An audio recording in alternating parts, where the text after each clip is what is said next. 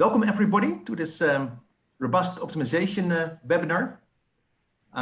So the speaker today is Arjun Ramachandra, and he will talk about tight probability bounds with pairwise independence. And Arjun is from Singapore University of Technology and Design. So Arjun, the floor is yours. Thanks, Dick. Thanks for giving me an opportunity to present my work. So this work is part of my PhD research with my advisor, Dr. Karthik Natarajan. So without any further ado, I'll begin my presentation. So the title of my presentation is Tight Probability Bounds with Pairwise Independence. So this is based on a recent paper which we have, which is in the preprint stage right now. So I'm going to talk about one result from that paper, and that will be to do with the probability of the union of pairwise independent events. So broadly, the structure of my presentation is that for the first half of the time, I will be looking at the background, some definitions, and also trying to motivate why pairwise independence is important and what's interesting about it. And then the second half of my presentation, I will talk about the results. So first, I'll begin by recollecting the definition of pairwise independence. So a pairwise independent collection of variables is a set of variables, every two of which, or any two of which are independent. So this is a weaker notion of it's a weaker notion of complete independence, where we assume that any two of them or any three of them or any t of them have to be independent of each other. So here, if I take more than three variables, if I take three or more variables, there could be dependency among them. But if I take two variables, they have to be independent of each other. Now, pairwise independence with various types of variables have been studied. So particularly Bernoulli random variables with pairwise independence has been extensively studied across different disciplines, theoretical computer science, probability optimization. Also, pairwise independent discrete random variables and normal random variables have been studied, but we would be interested in the Bernoulli random variables. Now, at the core of all this analysis, which is across so many disciplines, is one important observation, which is that mutually independent variables are automatically pairwise independent, but the other way around, it's not true. So, not every pairwise independent distribution needs to be mutually independent. When I say mutually independent, I mean completely independent. So there are many constructions of pairwise independent variables. And I would like to just highlight a very simple example, which was one of the earliest discovered examples with three random variables, so which are pairwise independent but not mutually independent. So that's so n equal to 3. That means three random variables is the first time we are going to have pairwise independence being different from complete independence, because with two random variables, pairwise and completely independent would be exactly the same. So this three random variable example is here. So if I consider any two random variables which are independent and identically distributed, and they take values -1 and +1 with equal probability, half, and I define the third variable to be the product of these first two variables. So it's easy to see that these three variables form a pairwise independent set of variables. So for instance, if you see the probability that so in this case, Y3 also would take values 1 and -1 with equal probability, because it's the product of the first two. And if you look at the intersection probability, the probability that Y1 equal to 1 and Y3 equal to 1, for example, it would simply be the probability that Y1 equal to 1 and Y2 equal to 1, because Y3 is precisely the product of Y1 and Y2. So that would, and because Y1 and Y2 are independently generated, so therefore the Y1 and Y3 would also become pairwise independent. So in this case, that it would be 1/4. Similarly, Y2 and Y3 would also be pairwise independent. So you can clearly see that this is a pairwise independent set of variables. However, if you look at the probability that y1 equal to 1, y2 equal to 1, and y3 equal to 1, this is going to be, again, it's nothing but the probability that the first two variables are 1. And so therefore, the probability is 1 by 4. And it's not going to be the product of the marginal distributions in this case. So it's not completely independent, but we can see that it's pairwise independent. So there are other examples like I've shown here, where you can so like if y1 is 1, y2 is 1, and y3 is -1, then this is an impossible event. So again, it is not going to be 1 by 8. Now, if you look at the joint distribution here, so I've just converted these yi variables into Bernoulli variables by this simple transformation here. So this joint distribution, which is a pairwise independent distribution, essentially just uses 4 points out of the 8 support points here. And you can see that these 4 points are precisely those points which have exactly a single 1 right here, or they have all 3 of them to be equal to 1. So as I will see in the next slide, this is one of the advantages of pairwise independence, that we get low cardinality support. So that's one reason why pairwise independence is interesting, because we have low cardinality distribution. So there's this theorem by Lancaster in 1965, which states that if for any probability measure on a space of n distinct points, a set of at most n-1 pairwise independent variables, random variables, can be defined. And a maximal set is always available for n greater than 3, provided every variable takes precisely 2 distinct values, and each with a strictly positive probability measure. So if I can assure this, I just need to assure that every variable takes precisely 2 values and the probability is strictly positive, then I can always get a maximal set of pairwise independent variables. However, if I impose the additional condition that it has to be a uniform measure, like if for n support points, if I assign a measure of 1 by n to every point, then it's not easy. So it's equivalent to determining a Hadamard matrix of size n. So Hadamard matrices are matrices which have -1 and +1 as their entries, and the rows and columns are orthogonal. And it is known that Hadamard matrix, if it exists for with order 1, 2, or multiples of 4. So basically what this result says is that if I have a uniform measure, then the maximal pairwise independent set of variables will only exist if n is a multiple of 4. So that means it's not necessary that it will exist always if this stricter condition is imposed. So now coming back to the distribution which I just showed you in the previous slide, right? So this is one type of pairwise independent distribution. Now, if you look at there's another distribution which is exactly the complement, which uses the complement of these support points. So you can see here, this uses all the 3 zeros, and the other 3 scenarios have exactly 1 0. So this is also pairwise independent. So you can see both these distributions are pairwise independent, and they're not going to, and they use exactly half the support points which the independent distribution uses. So this is the reason why pairwise independence is interesting, and it's also useful because of this low cardinality distributions. So typically, this low cardinality property is used in de-randomization algorithms, where we can deterministically solve these install these randomized algorithms to get the same probability guarantees. So one such application is the max cut problem. So if you look at the non-weighted version of the max cut problem, it seeks to maximize the number of edges in the cut, in an ST cut.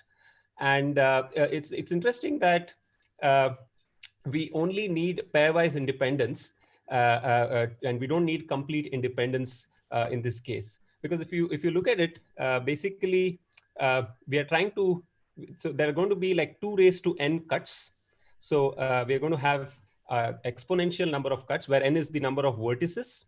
But if you look at it, like every cut can be thought of as a hash function, as the output of a hash function, which takes the vertex set as its input. So essentially, instead of going through all these 2 raised to n cuts, if I just ensure that while I'm choosing my for every edge, for the two endpoints of the edge, the vertices, I just flip a coin and I put both the endpoints in either of these two sets, S or T, with equal probability, with the probability of half.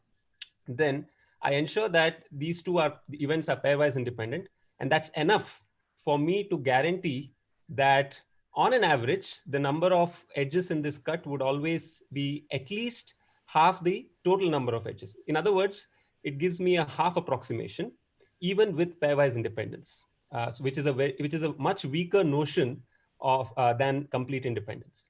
So the advantage of this is that I don't need to count the 2 raised to n cuts. I just deterministically count the order n square cuts, which satisfy pairwise independence. Because from LP theory, we know that pairwise independence must have an order n square distribution. So it's easily computable in polynomial time, and therefore I can deterministically solve these problems. So that's why it helps in de-randomization. Now, also, another, I would like to also motivate this problem from a complexity perspective.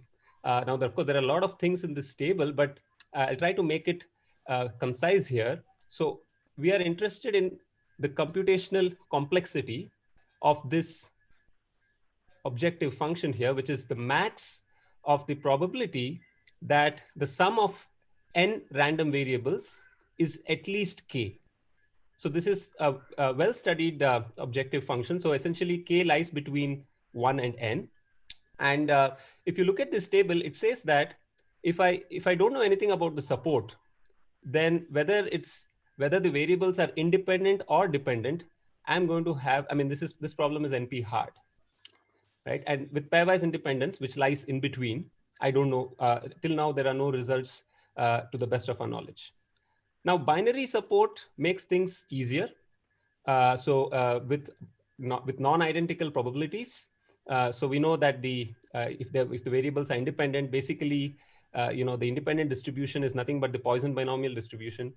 And with complete dependence, that means here dependence means I know nothing about the variables other than their marginals, univariate marginals. So in this case, also it is polynomial time solvable. And in the case of pairwise independence, we have a result in our paper, which I'm going to focus on today, that when k equal to 1, in other words, when I'm going to compute the union bound, because when k is 1, essentially I'm computing the union bound, the probability of the union of events. So that maximum probability is easily computable. In fact, in a closed form, as we show in our paper. But for k greater than or equal to 2, we don't know yet whether the problem is easy or hard. So to the best of our knowledge, it has not been proved either way that it's easy or it's hard. And with identical probabilities, we have closed forms for all the three types of dependency, that is with independence, dependence, and pairwise independence. In fact, for here, this result in our paper shows that for any k, not just k equal to 1, for any k, you can always get the tightest bound with identical marginals in a closed form. So essentially, pairwise independence is also interesting from a computational perspective because it seems that we don't know the answer either way.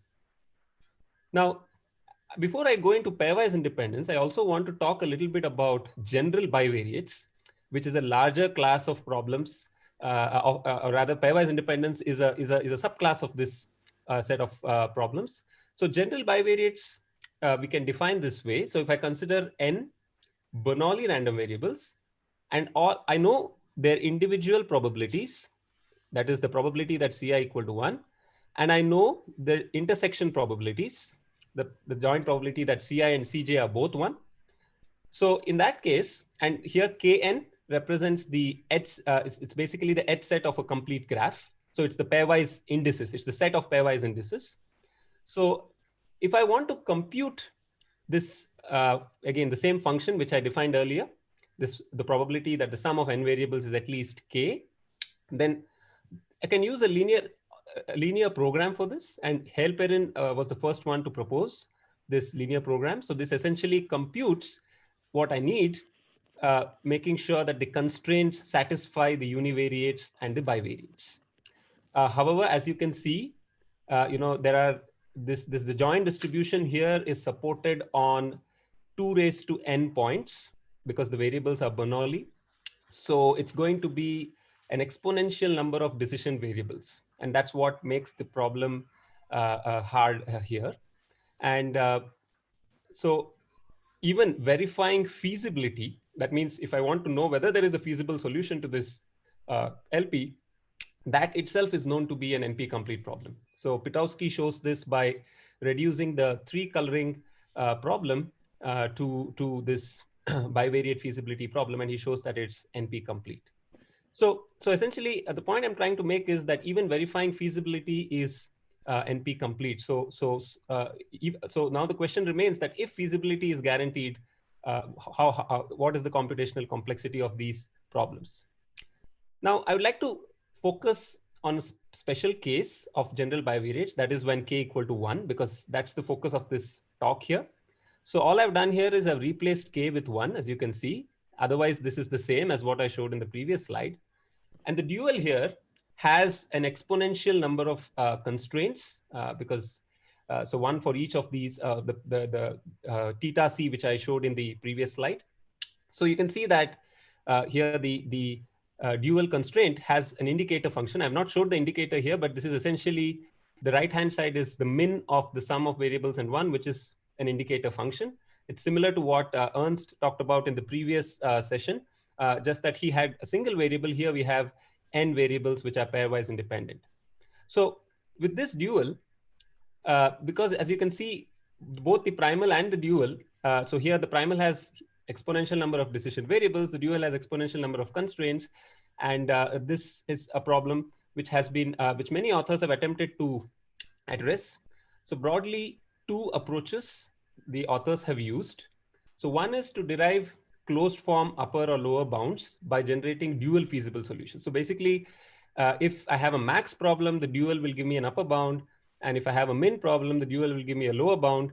And I can essentially generate many types of upper and lower bounds. Now, the other approach, which is more recent and has received a lot of attention, is that I can reduce the size of the program, linear program, by aggregating the primal decision variables. In other words, instead of assuming that I know the individual probabilities and the intersection probabilities for every pair of events, I assume that I know the sum of the probabilities. For example, I know the sum of the individual probabilities, and I know the sum of the joint probabilities or the intersection probabilities. So when I assume that I know less, then basically I use aggregated information, and because of that, the problem is now it becomes easier to solve. So we no longer have that exponential growth. So I just put here a few of the relevant papers, which is relevant to our work. So you can see analytical bounds and graph-based bounds. This would fall in the first category, the first approach here. And these are the LP bounds, which are, as you can see, more recent, and they aggregate the decision variables. So union bound is very extensively studied because of its uses. We see, like, right from Boole in 1854, who gave us the union bound with arbitrary dependence. There have been hundreds of papers on this topic. So it's interesting to see that what happens with pairwise independence. Now, if you look at this first approach, which I talked, that is, the generating dual feasible solutions, there are 2 particular dual feasible solutions which give us these 2 bounds here, which are relevant to us. So one is the Conias bound, and other is the Hunter-Worsley bounds. So both of these basically are generating valid dual feasible solutions. And just to highlight, this Conias bound is subtracting away the maximum weight of a star-shaped spanning tree from the sum of all the probabilities. So basically, it's considering star-shaped spanning trees and subtracting away the maximum weighted star-shaped spanning tree from the sum of probabilities. Whereas the Hunter-Worsley bound, it's a generalization of the Conias bound. It subtracts away the maximum weight of any spanning tree.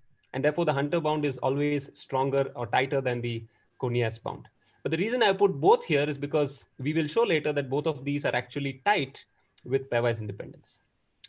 Now, tree bounds have also been shown to be tight in other situations. Like, for example, if you just assume all the bivariates to be 0, then you get back the Boole's bound, the union bound. So it's, and we know that the Boole's bound is tight if all I know is the univariate probabilities. Also, if I assume that the variables are mutually exclusive if and only if they are outside a tree. In other words, if I assume that Pij equal to 0, if and only if Ij doesn't belong to a given tree. So in that case, also it can be shown that the Hunter's bound is tight. In other words, I'm assuming that all the bivariates which are known are on a tree, and otherwise they're all 0. And then there's another recent paper, an interesting paper by Boros and others, which shows that if instead of assuming a tight constraint on the bivariates, if I assume lower bounds on the intersection probability. So if instead of having an equality here, if I assume that the joint probabilities are lower bounded by Bij, then also the Hunter's bound can be tight. But these are just a few cases, but Hunter's bound is not tight in general. So I have a simple counter example here with 4 variables, and you can see there are the univariates here and then the bivariates on the edges. And these are, again, here I'm just assuming general bivariates. So here they are not pairwise independent. So what you observe is here, the Conias bound, which I just showed, it subtracts away the largest, the weight of the largest star-shaped spanning tree. So here you can see this in red, the star-shaped tree, which is rooted at 4. And if you look at the Hunter's bound, which is a generalization, it's going to use some other spanning tree over here. But in either case, you can see that the bounds are not tight. So the bounds, the tight bound is 0.784, and the nearest bound, which is Hunter-Worsely bound, is 0.8. So therefore, the Hunter's bound is not always tight. But what happens if I can assure feasibility? So I know that feasibility is an NP-complete problem in this case, but if I can give us, if I'm given a feasible input of bivariates, then what's known? Unfortunately, even then, the computational complexity is unknown. In fact, I'm just paraphrasing here from this paper of Boros and others. As far as we know, in spite of the several studies dedicated to this problem, this seems to be open even for bivariate probabilities. So in our paper, we provide a partial answer towards this. We show that instead of assuming general bivariates, if you assume pairwise independent variables, then you can show that the Hunter's bound and the Conias bound is always tight for any given input probability vector. So I just like sorry, is there a question? Okay.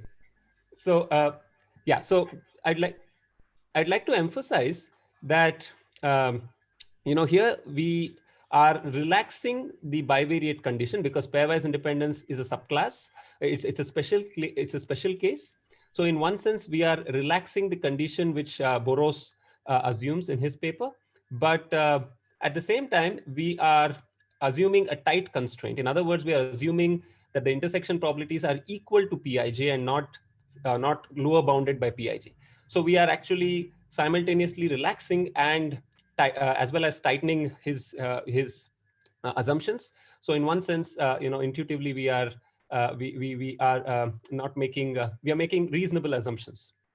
Now, this is the main result of our paper, which I would like to focus on for a few slides. So here, this result says that if I'm given a probability vector P, any probability vector P, and if I represent again this notation here, which I earlier defined, this represents the tightest possible upper bound on the union of n pairwise independent Bernoulli events, then if I just sort the probabilities in ascending order, then it can be shown that this tightest probability on the union of pairwise independent events is given by the minimum of this function here and 1. So just rewriting this here, you can see I just rewrote the same thing, splitting it up into the trivial bound and the non-trivial bound here. So the trivial bound of 1 is attained when the sum of the smallest n-1 probabilities is greater than 1. And the non-trivial bound here is attained when the sum of the smallest n minus 1 probabilities is less than or equal to 1. So, I mean, if you just look at this non-trivial bound here, you see that it simply depends on the sum of all the probabilities, and here, and then this is the largest probability Pn here, and this is the sum of the smallest n minus 1 probabilities. So essentially, all that this depends on is the largest probability and the smallest n minus 1 probabilities. So as long as I make sure that the sum of the smallest n minus 1 probabilities remains the same and the Pn remains the same, the largest probability remains the same, I'm going to get the same bound, irrespective of what I choose within this sum or the components of this sum. So this is an interesting result because the corollary to this result is that the Hunter's bound, the bound which I showed earlier, and the Conias bound is always tight with pairwise independence. It's not too difficult to see why that should be so, because you can see that the Conias bound is subtracting away the largest star-shaped spanning tree, and with pairwise independence, the largest star-shaped spanning tree is precisely the tree which has Pn at its root and all the other P1 to Pn minus 1 as its leaves, because Pi Pj will be maximized when Pj when j equal to n for every I. So essentially, pairwise independence has this notion of partial ordering, which helps us here. And because Hunter-Wosley is a generalization of Conias bound, obviously that also has to give us the same bound. So you can see that both these bounds are precisely going to give us the bound which we have derived, and therefore the Hunter-Wosley and Conias bounds are also tight with pairwise independence, in addition to the three earlier conditions which I mentioned. So coming back to our original example, so I already showed you these first three figures earlier.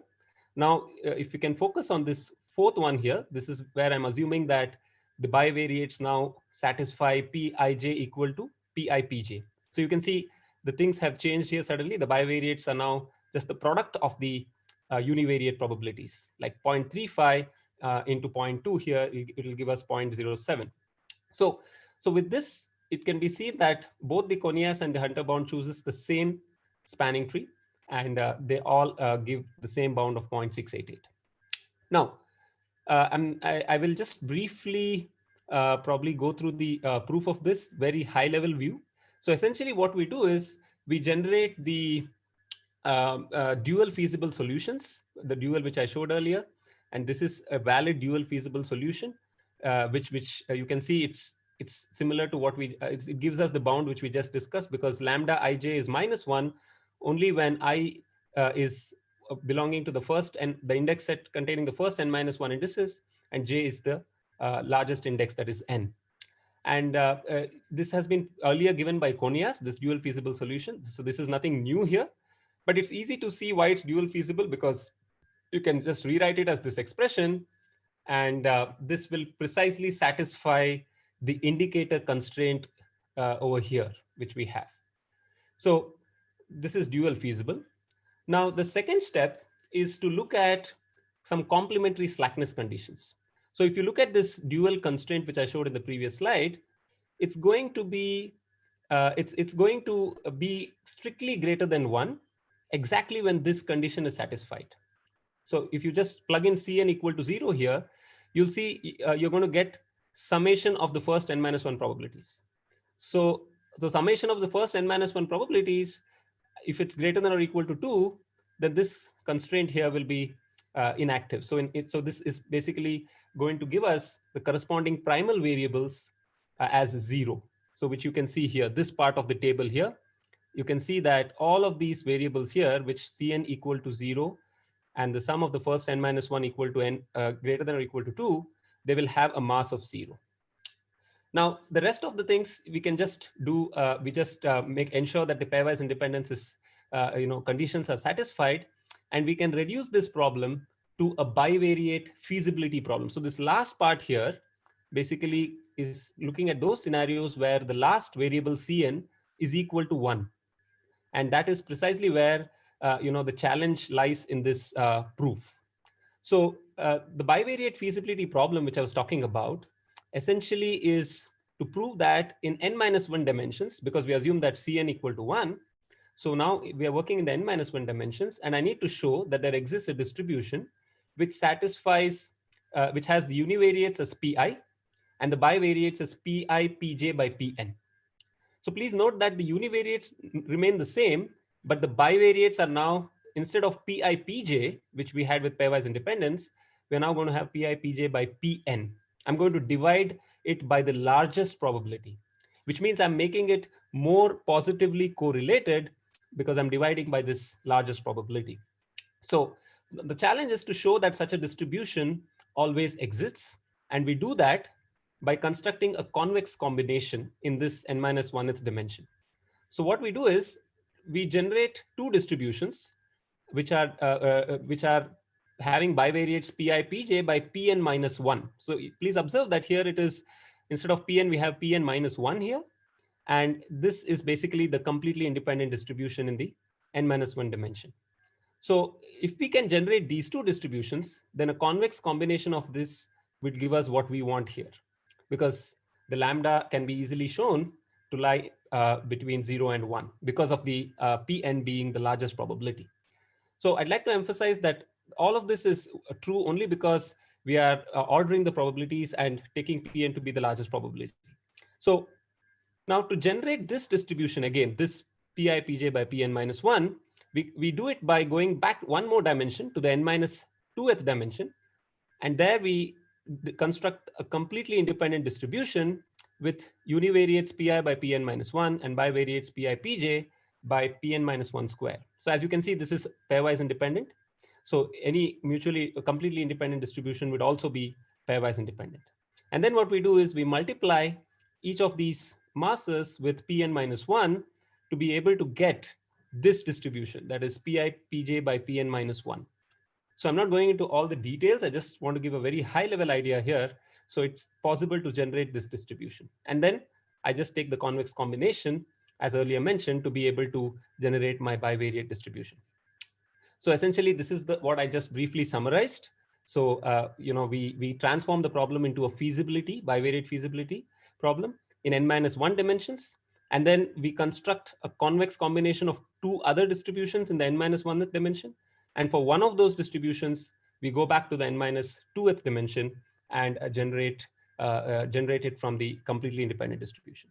So the important part of this discussion is that as an attendant result, as a consequence of this proof, what we have also proved is something interesting, that if you consider bivariates of the form pi pj by pn. So here we have this lemma where I've just put it as pi pj by p instead, where p is greater than the maximum probability. So if I have these bivariates of this form, which is more positively correlated than pairwise independence, and the univariates are as they were previously. So please note that the univariates are not becoming pi by pn or pi by p here, because if that was the case, then we could just take pi by root p and pj by root p and have a pairwise independence distribution, and that pi by square root p into pj by square root p would give me this. But that's not the case. We have only pi's as the univariate. So that's what makes it challenging. But we have the proof that for any such positively correlated such a bivariate distribution has to always exist. So this is interesting because for any arbitrary correlation structure, we know that it's not possible. Feasibility is not guaranteed. So this is an important result as well. Now, the worst case distribution, it looks something like this. Again, this is the same example which I earlier talked about. So this is basically supported on 2 raised to n minus 1 plus n points, which in this case is 2 raised to 3 plus 4, which is exactly 12 points, as you can see here. And as n increases, 2 raised to n minus 1 would overpower the n, and we would typically be using just half the total number of support points in this construction. I also like to emphasize that our proof is a constructive proof. So what we have is one of the possible pairwise independent distributions, but this is by no means the sparsest possible support, because this is not order n square. But by LP theory, we know that an order n square distribution must exist. But our proof just shows that there exists a distribution, even though it uses larger support. So the next part of our result, which this is the concluding part of my presentation, I'm going to talk about the comparison with the Boole's bound. So as we know, with complete dependence, Boole gave us the union bound. So it's basically the maximum probability on the union of completely dependent events would be upper bounded by the minimum of the sum of the probabilities and 1. Now we have a result which says that this Boole's bound, the ratio of this Boole's bound and the bound which we have, that is the pairwise independent bound, is always upper bounded by 4/3. So essentially, so we also show that this bound is attained when the sum of the first n-1 probabilities is half and the last probability is also half. So this bound can be attained. So now this 4/3 result is also, it can be linked to the the correlation gap analysis, which is typically talked about in the distributionally robust framework. So with arbitrary dependence, that means complete, I don't know anything more than the univariates. So the correlation gap here, you can see the kappa p here is defined as the worst case expected cost with arbitrary dependence, the ratio of the worst case expected cost with arbitrary dependence to the independent cost. So essentially this dependence, this definition is given in Shipra Agarwal's work. And if you assume that FC, the cost function, is the maximum of the n random variables, this is a submodular function. It's also monotone and it's non-negative. So it can be shown that, with a simple analysis, the expectation of this function, this cost function, is nothing but the union bound itself.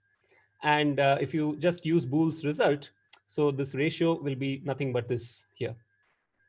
But then what happens when you replace the numerator with pairwise independent variables? So we give an alternative definition here where we define the correlation gap as the ratio of the worst case expected cost with pairwise independence to the independent cost. So it's just an extension of the earlier defined correlation gap.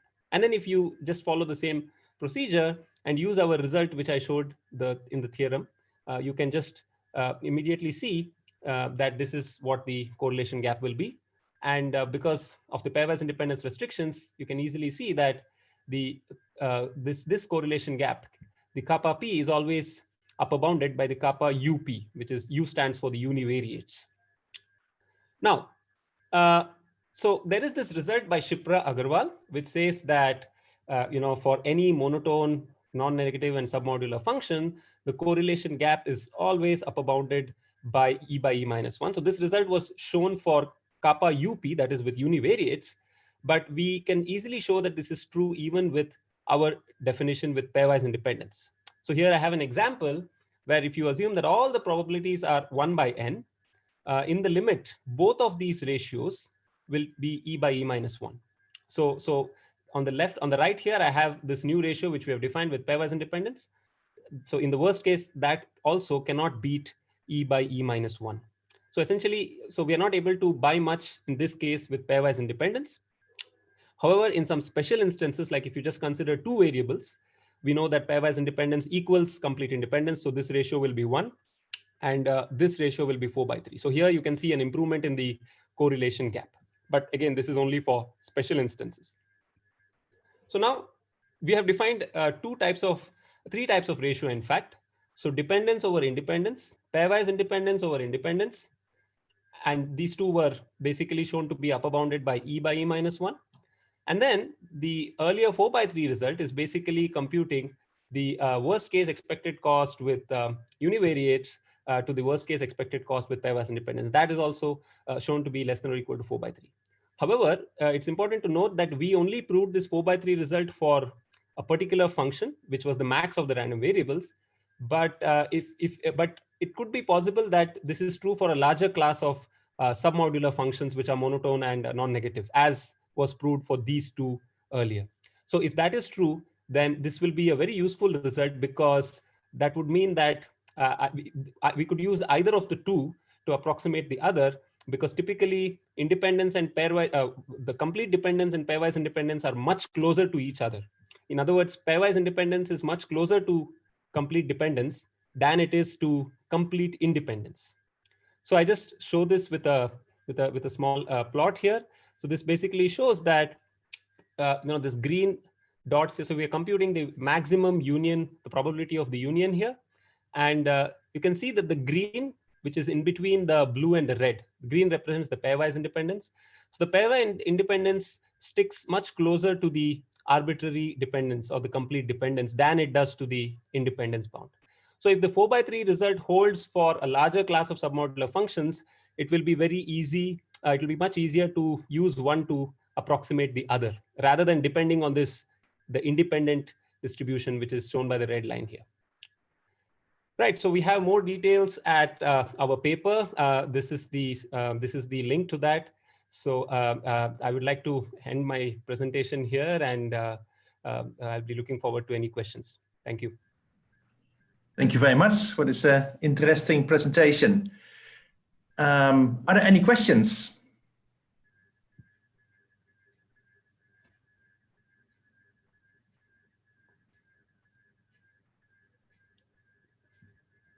So you can just use your microphone or...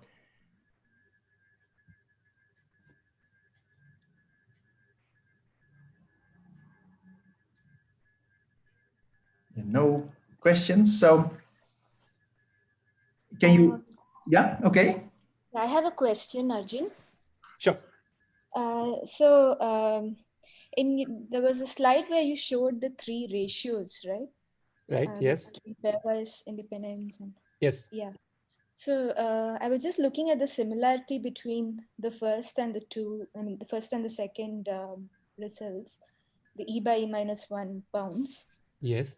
So does this mean that there is a pairwise independent distribution, which is like a worst case distribution for the case of arbitrary dependence as well? So sorry, can you repeat the last part of your question?